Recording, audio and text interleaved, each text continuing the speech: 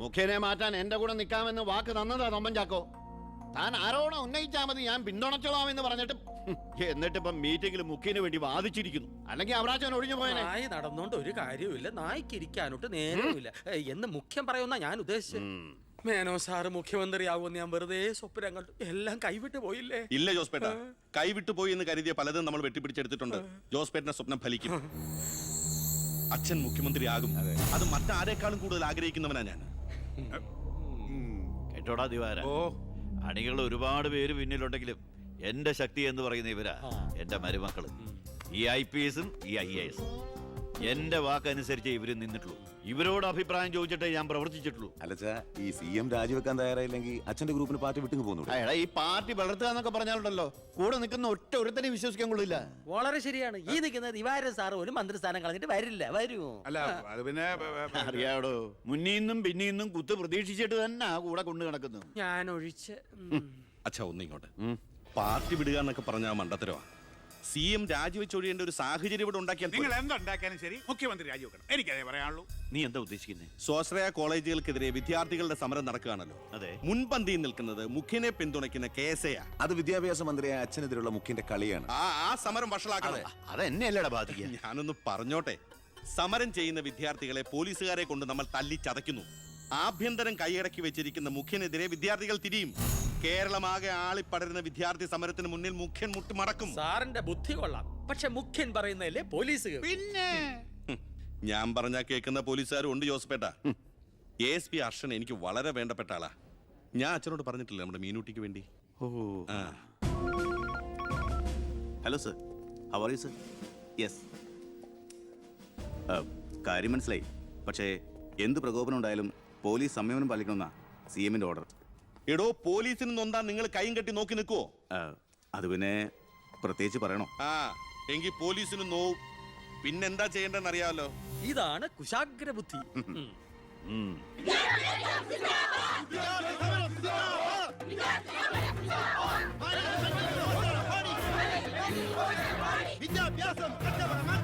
നിയമം കയ്യിലെടുത്ത് പൊതുജീവിതം സമർപ്പിക്കാൻ ആരും ശ്രമിക്കരുത്. Go back. I repeat, ദയവായി പിരിഞ്ഞു പോവുക. വിദ്യാർത്ഥി സമരം സിന്ദാബാദ്. Police go back. Police go back. Police go back. Police go back. Police go back. Police go back. Police go back.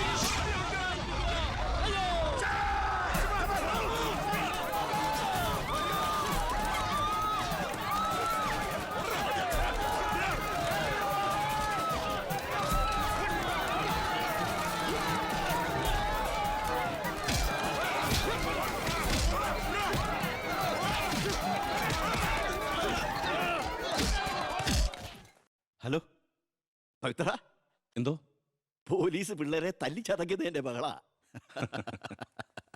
പവിത്ര, നിന്റെ താന്ത്രം ശരിക്കും ഏറ്റ് കേട്ടോ. അവിടെ പോലീസും പിള്ളേരും തമ്മിൽ പൊരിഞ്ഞ യുദ്ധം. ഇതോടെ മുഖ്യന്റെ പ്രതിച്ഛായ മാറിക്കിട്ടും. അച്ഛൻ നോക്കിക്കോ, ഇനി വിദ്യാർത്ഥികൾ ഇറങ്ങിയിരിക്കില്ല. കേരളക്കരയാകെ പ്രതിഷേധം കത്തിപ്പടരും. വിദ്യാർത്ഥികളെ തൊട്ടുകളിച്ചോ, മക്കളെ നീക്കൾ സൂക്ഷിച്ചോ,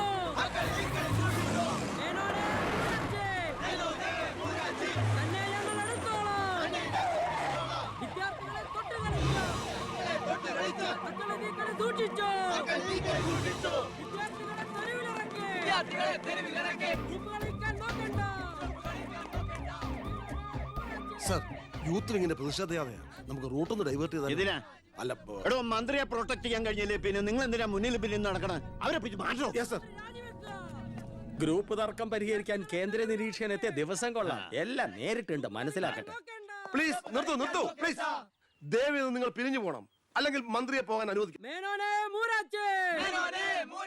രാജിവെച്ചു പുറത്തു പോകും. വണ്ടി ഇടറോ. വണ്ടി ഇവിടെ വരട്ടെ. ആ കടന്നു വരുന്ന ആളത്ര ശരിയല്ല.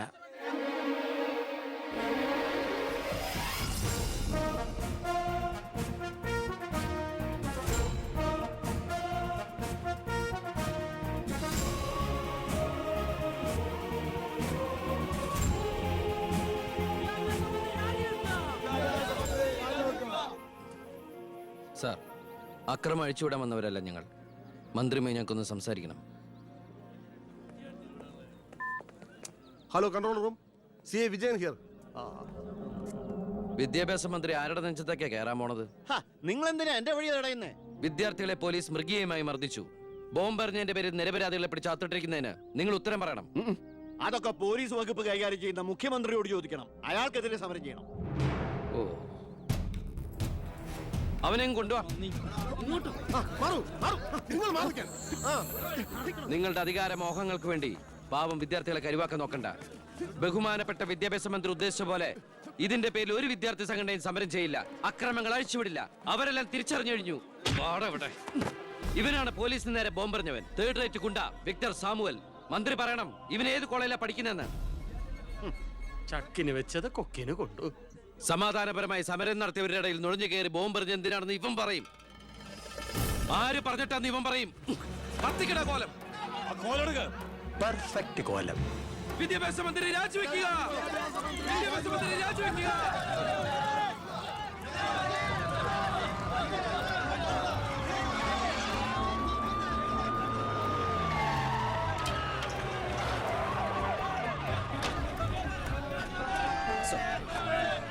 എത്ര നേരം ഈ നടുറോട്ടിൽ കിടക്കുന്നത്? അടിച്ചു മാറ്റണം എല്ലാത്തിനും. സാർ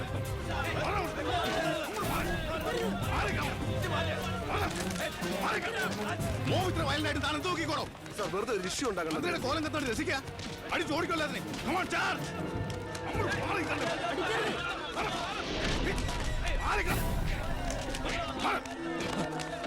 നമുക്ക് നിൽക്കാതെ ഓടി രക്ഷപ്പെടാൻ നോക്കൂ. വേഗം ഓടിപ്പോടോ.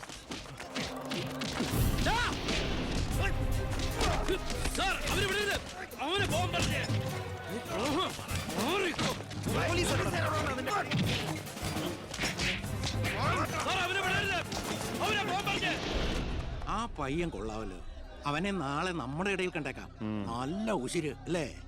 അത് പിന്നെ കാണാതിരിക്കോ? താൻ അറിയോ അയാളെ? അറിയും. ഞങ്ങൾ തമ്മിലൊരു ചെറിയ ബന്ധമുണ്ട്. എന്തു ബന്ധം? എന്റെ ഒരേ ഒരു മോന.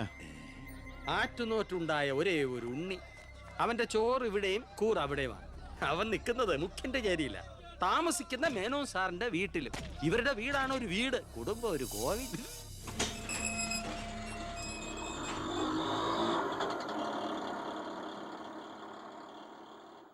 നിർത്തിക്കോ. മുമ്പിൽ വീടാ, ഇനി പോവില്ല.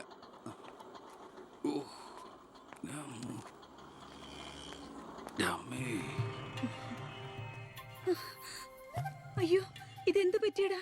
അഴിമതി വീരനും കുടില ബുദ്ധിശാലിയുമായ ഒരു മൂരാച്ചി മന്ത്രിക്കെതിരെ ശബ്ദമുയർത്തിയതിനും അങ്ങേരുടെ കോലം കത്തിച്ചതിനും പോലീസ് തന്ന സമ്മാനാണിത്. ഏത് മന്ത്രി?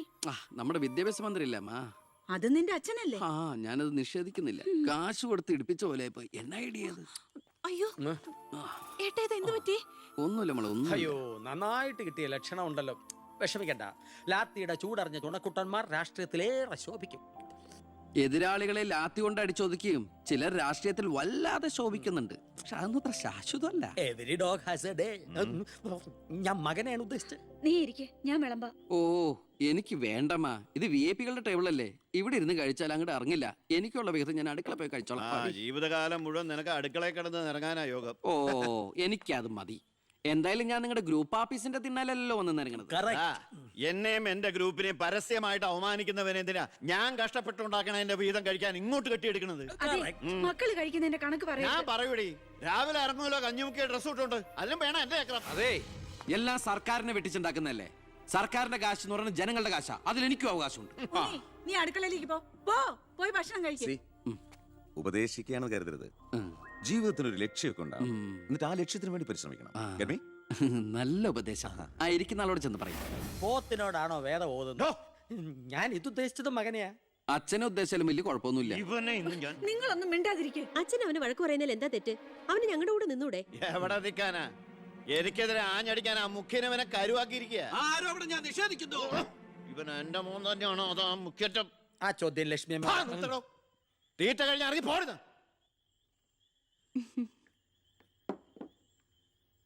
നിനക്ക് അവിടെ പോയിരുന്ന അവരോട് കഴിച്ചാൽ എന്താ? എനിക്ക് അവരോട് ഇരുന്ന് ശരിയാവില്ല ഏട്ടാ. അവരൊക്കെ വലിയ വലിയ കാര്യങ്ങളെ പറയണേ. എനിക്കതൊന്നും മനസ്സിലാവില്ല. എടി, അവരെന്താ പറയണേന്ന് അവർക്ക് എന്നെ മനസ്സിലാവണില്ല. അതാ നിനക്ക് മനസ്സിലാവാത്തത്. അതെന്താ നീ മനസ്സിലാക്കാത്തേ? ചുമ്മാ ഇരിയേട്ടാ. നിന്റെ ഈ വൃത്തിയുടെ സ്വഭാവം കാരണം ഞങ്ങളുടെയൊക്കെ കുട്ടികളെ ഊട്ടി നിർത്തി പഠിപ്പിക്കുന്നത്, നിന്നെ മാതൃകയാക്കി നശിക്കാതിരിക്കാൻ. അതേതായാലും നന്നായി. അവരെന്നെ കണ്ട് പഠിക്കുന്നതിനേക്കാൾ കുഴപ്പാ അവരവരുടെ അച്ഛനെയും അപ്പൂപ്പനെയും കണ്ട് പഠിക്കുന്നത്. ഓ, ഈനാമ്പച്ചിക്ക് മരപ്പെട്ടി കൂട്ട്. ഏയ് എന്റെ മൂത്തളീനെ മരപ്പെട്ടി വിളിച്ചാണ്ടല്ലോ. ഓ തുടങ്ങിയ പിന്നെ തമ്മി കണ്ട കീരിയും പാമ്പോ. നിനക്കിത് എന്തിന്റെ കേടാടാ? എപ്പോ നോക്കിയാലും കൂടപ്പറപ്പുകളുമായിട്ട്. അത് പോട്ടെ, അച്ഛനെതിരെ നീ. അമ്മേ, ഞാൻ അച്ഛനെതിരല്ല. അച്ഛന്റെ നയങ്ങളോടാണ് എതിർപ്പ്. അച്ഛന്റെ രാഷ്ട്രീയ നേട്ടങ്ങൾക്ക് വേണ്ടി അച്ഛൻ കാട്ടിക്കൂട്ടുന്ന നെറുകേടുകൾക്കെതിരെ ഞാൻ അറിയാതെ ചോദിച്ചു പോവുകയാണ്. ചോദിച്ചു പോണ്ട, അവിടെ ഇരുന്ന് കഴിക്കേ. പറഞ്ഞ പോലെ കഴിച്ചിട്ട് പോവാം. എടാ, നിന്റെ അച്ഛൻ എത്ര നെറുകേട് കാണിച്ചാലും അങ്ങേര് കഷ്ടപ്പെട്ടുണ്ടാക്കണതല്ലേ നീ ഇപ്പൊ കഴിക്കണത്? അത് മാത്രം പറയരുത് അമ്മേ. അമ്മേ, ഞാൻ കഴിക്കണത് അമ്മയ്ക്കുള്ള കഞ്ഞിയുടെ ഒരു വിഹിതമാണ്. എനിക്കൊരു നല്ല കാലം വരുമ്പോ ഞാൻ ഈ കഞ്ഞി മുഴുവൻ അമ്മയ്ക്ക് ചോറായിട്ട് തിരിച്ചു തരും. അതുവരെ എന്റെ വയറിനൊരു ലോൺ. എനിക്കും എന്റെ ജീവൻ നിലനിർത്തണ്ടേ അമ്മേ?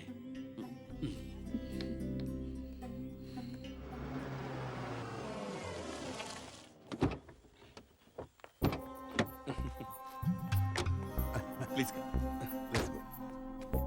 ഇത് അനിൽ മുഖർജി, നമ്മുടെ പെപ്കോ കോള കമ്പനിയുടെ സിഇഒ. ഈവനിങ് ഫ്ലൈറ്റിന് ഡൽഹിയിൽ നിന്ന് വന്നതേ ഉള്ളൂ. അത് ശരി. This is my co brother collector Gopinath. Oh hello, how are you? Fine. ഞാൻ പറഞ്ഞിരുന്നില്ല അച്ഛാ, ഇവരൊരു പുതിയ പ്ലാന്റ് കൂടി ഓപ്പൺ ചെയ്യുന്ന വിവരം. അയ്യോ, അത് ഉടനെ വേണോടാ. ഇപ്പൊ തന്നെ കോട്ടപ്പുറത്ത് കുടിവെള്ളമില്ലെന്നും പറഞ്ഞ് ജനങ്ങൾ മുറവിളി കൂട്ടുക. ഇനിയിപ്പോ 50 കിലോമീറ്റർ ചുറ്റളവിൽ ഭൂഗർഭജലം വലിച്ചെടുക്കുന്ന പുതിയ പ്ലാന്റ് കൂടി തുറന്നാൽ ജനം ഇളകും. ഹേ, അതൊക്കെ ആരറിയാൻ പോകുന്ന വെച്ചാ? കുടിവെള്ള ക്ഷാമത്തിന് സർക്കാർ ചെലവില് നമ്മൾ ടാങ്കറിൽ വെള്ളം അടിക്കും.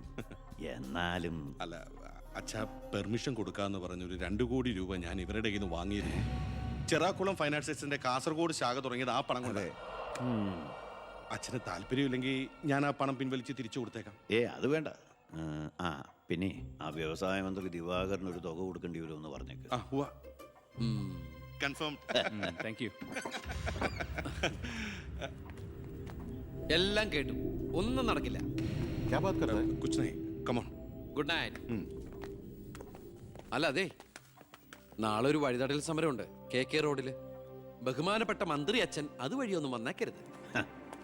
പിന്നെ മന്ത്രിയുടെ കാറ് മാൻ തടഞ്ഞു എന്നും പറഞ്ഞ് രാത്രി ഉണ്ണാൻ വന്നിരിക്കുമ്പോ എന്റെ കഞ്ഞിൽ പാച്ചിടാൻ വന്നിട്ടുണ്ടല്ലോ. കഞ്ഞി കുടിച്ചിട്ടേ പോകുള്ളൂ. കേന്ദ്ര സർക്കാരിനെ എതിർക്കാൻ വേണ്ടി മാത്രം പെട്രോൾ വില വർധനയ്ക്കെതിരെ സമരം ചെയ്യുന്ന മറ്റ് സംഘടനകളും ഒന്ന് ഓർക്കണം.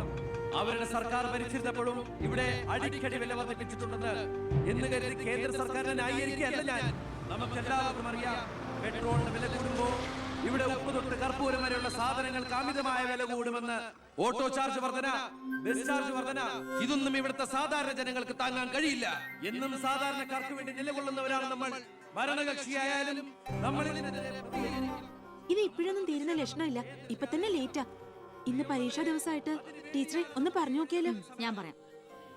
947 നമ്മുടെ മഹാത്മജി നമുക്ക് വാങ്ങി തന്ന സ്വാതന്ത്ര്യം നീണ്ട സമരങ്ങളിലൂടെയാണ്. നിങ്ങൾ വാഹനങ്ങൾ കടത്തിവിടണം. ഇതൊരു പബ്ലിക് റോഡല്ലേ? ഇതൊരു പബ്ലിക് മാറ്ററാ. പബ്ലിക്കും കൂടി സഹകരിക്കേണ്ട വിഷയം. പബ്ലിക്കിനെ ബുദ്ധിമുട്ടിച്ചിട്ടാവരുത് വഴിയോര പ്രസംഗം. ഇങ്ങനെ നടുറോഡിൽ വെച്ചിട്ടാണോ പബ്ലിക് മീറ്റിംഗ് നടത്തുക? പബ്ലിക്കിന് വേണ്ടിയിട്ടാണ് മാഡം പബ്ലിക്കായ കാര്യങ്ങൾ പബ്ലിക്കായി പറയുന്നത്. ഇത് പബ്ലിക്കിന്റെ മുന്നിൽ വെച്ച് പബ്ലിസിറ്റിക്ക് വേണ്ടി ഉണ്ടാക്കുന്ന പബ്ലിക് ന്യൂസൻസ് ആണെന്ന് പബ്ലിക്കിന് മൊത്തം അറിയാം. ഏതാ ഈ പബ്ലിക്? ചുമ്മാ ഒരു കാര്യമില്ലാതെ ഒരു ഉടക്ക്.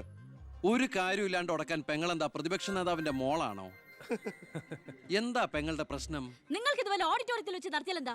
എഴുതി വെച്ചിരിക്കണ കണ്ടില്ലേ? വഴിതടയൽ സമരം ഒന്ന്. വഴിതടയൽ സമരം എങ്ങനെ ഓഡിറ്റോറിയത്തിൽ വെച്ച് നടത്തണത്? എന്റെ കുട്ടികൾക്ക് ഇത് പരീക്ഷയാണ്. എന്നിട്ട് കുട്ടികളെ ബസ്സില്. ഓ എന്റെ ഈശ്വര, ഒരു വണ്ടി നിറയെ കുട്ടികളോ? അല്ല അപ്പൊ കുട്ടികളുടെ അച്ഛൻ എന്താ പണി? ഇതൊക്കെ തന്നെയായിരിക്കും. അല്ലാതെന്താ? ചുമ്മാരിടാ. നാം ഒന്ന് നമുക്കൊന്നെന്ന് ഗവൺമെന്റ് പരസ്യം ചെയ്യുന്ന ഈ കേരള സംസ്ഥാനത്ത് ഒരു വണ്ടി നിറയെ കുട്ടികളുമായി വന്നിരിക്കുന്ന ഒരമ്മ നമുക്കിത് വാർത്തയാക്കണം. അതെന്റെ സ്കൂളിലെ കുട്ടികളാ. അയ്യോ, അത് ഞാൻ അറിഞ്ഞില്ലാട്ടാ. കൊച്ചുകുട്ടികളുടെ ഭാവി തകർത്തിട്ടാവരുത് നാട് നന്നാക്കല്. പെങ്ങൾ ഇപ്പൊ പറഞ്ഞത് ന്യായം. ഇന്നത്തെ കുട്ടികളാണ് നാളത്തെ പൗരന്മാർ. അവരാണ് ഇന്ത്യയെ നയിക്കേണ്ടവർ. ആ പൗരന്മാർക്ക് വേണ്ടി ആ വണ്ടി ഒന്നായിട്ട് കടത്തി വിടറാ. പെങ്ങളോട് പൊക്കോളൂ. അപ്പോൾ ഞാൻ പറഞ്ഞു നിർത്തിയ ഇതുപോലുള്ള സമരങ്ങൾക്ക് ജനപിന്തുണയുണ്ടാവണം. ഒറ്റക്കെട്ടായിട്ട് നിന്ന് പോരാടണം. പ്രിയപ്പെട്ട നാട്ടുകാരെ, ഞാൻ പറയുകയാണ്, ഞാൻ ചോദിച്ചു പോവുകയാണ്. പ്രിയപ്പെട്ട നാട്ടുകാരെ, ഞാൻ പറയുകയാണ്, ശ്രീമതി ഇന്ദിരാഗാന്ധി ഇവിടുത്തെ പ്രധാനമന്ത്രിയായിരുന്നപ്പോൾ ഇവിടെ എന്തിന്റെ കുറവുണ്ടായിരുന്നു? ഞാൻ ചോദിക്കുകയാണ്. എന്താടി? അയ്യോ, ഇത് പിടിച്ച്. അതെ, നിങ്ങളെല്ലാരും ഇവിടെ ഇരി, ഞാനിപ്പോ വരാം. പിന്നെ കയറിക്കോ.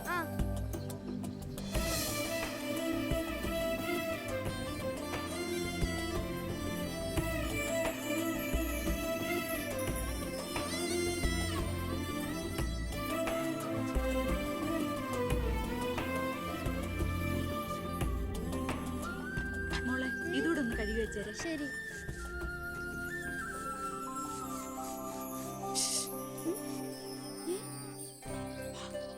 അമ്മ. അയ്യോ. ഇനി മോള് പോയി പഠിച്ചോളൂ, അമ്മ കഴിക്കോളാം. ശരി. എന്താ? ഇതേ ആരും കാണാതെ വേണം വായിക്കാൻ. ആളാകെ 1.5 ചാണയുള്ളൂ. ഇപ്പോഴേ വളഞ്ഞ കാന്താരിയ. അതുകൊണ്ടല്ലേ അവൻ കൊടുത്ത കത്ത് മേടിച്ച്. ദേവകമേ, കുട്ടികളായതുകൊണ്ട് ഞാൻ ക്ഷമിച്ചു. ഇനി വളരുമ്പോഴും അവര് ബന്ധം തുറന്നാ കുഴപ്പാ. നമ്മളായിട്ട് അതിന് സാഹചര്യം ഉണ്ടാക്കണ്ട. അതുകൊണ്ട് ദേവകമ്മ കൊടുത്ത് പൊക്കോളൂ. ലക്ഷ്മി ഒന്നും പറയണ്ട.